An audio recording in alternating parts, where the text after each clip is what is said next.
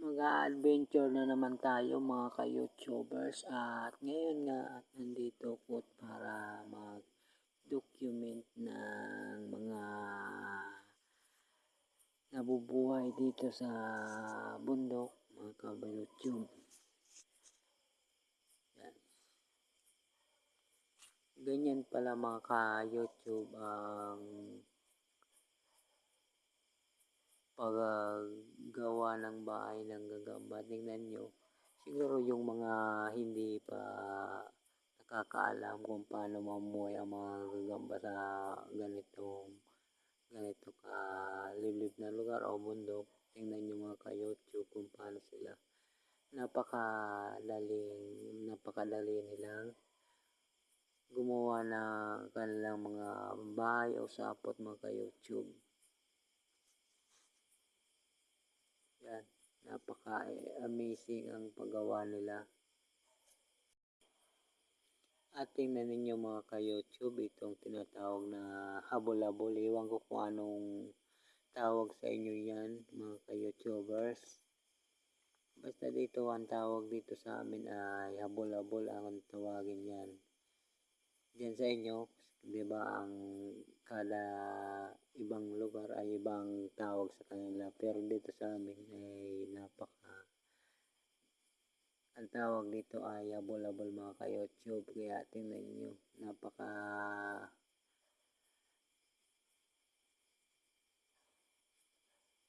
haba ng kanyang galamay mga ka-YouTube. Yan.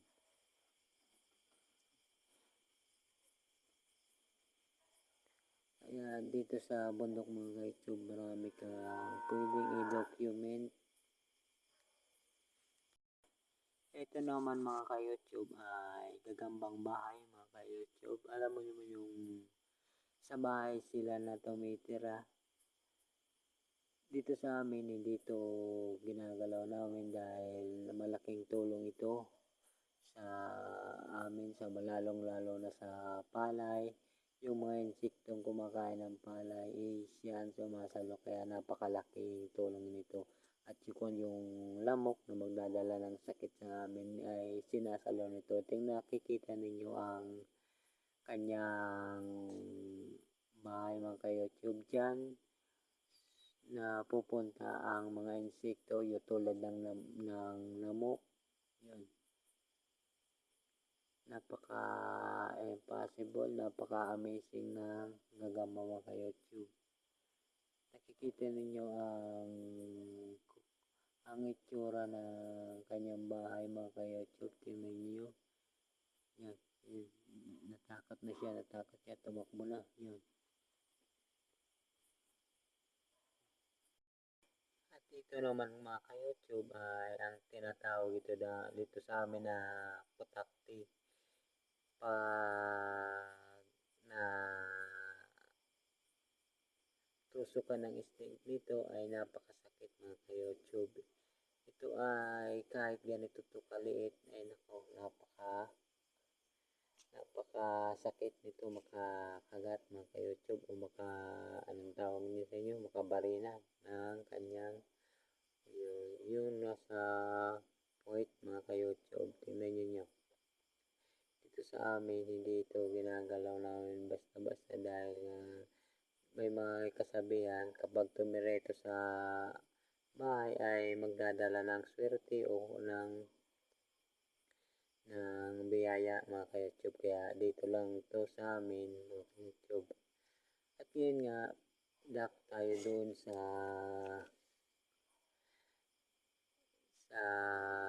loob ng bahay nito mga ka-YouTube. Ito ay napakalaki mga ka-YouTube. Siguro ko mga 100 ang nasa loob ng bahay nila mga ka-YouTube. Tingnan nyo. Yan, simula dyan sa una hanggang doon mga ka-YouTube. Yan.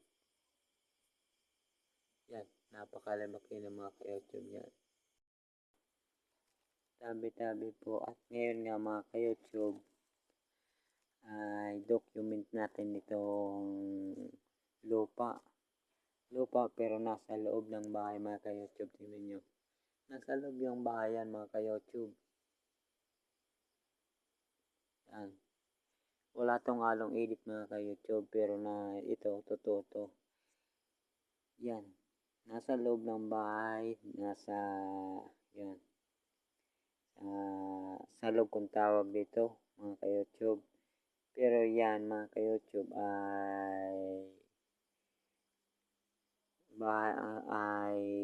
lupa yan na sabi nila ay bahay ng nuno sa punso mga ka-YouTube. Kaya i-document ko kung paano to lumaki at kung paano to naging ganito mga ka-YouTube. Simula pa mga ka-YouTube ay maliit lang to mga ka-YouTube. Nandun to sa lupa hanggang sa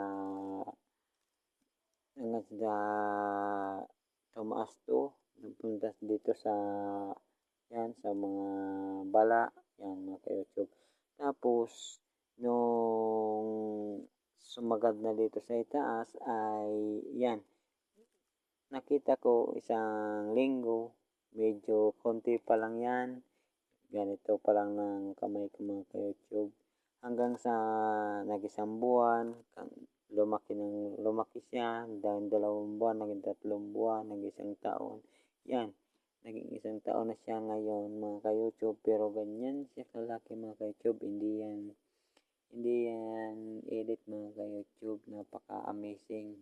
Napaka-genius na gumawa nito na naman insekto, anong manuno sa punso. Pero dito sa amin ay napaka-delinquente kung tawagin o makakabalaghan kapag mayroon dito sa ganitong bahay. Napaka-delinquente mga ka-YouTube. Kaya yan. At yan nga mga ka-YouTube, hanggang dito na muna ang aking document. Sana ma-amaze kayo sa aking mga video. At yun, sana panoorin niyo palagi ang aking video at abangan niyo ang susunod na aking upload.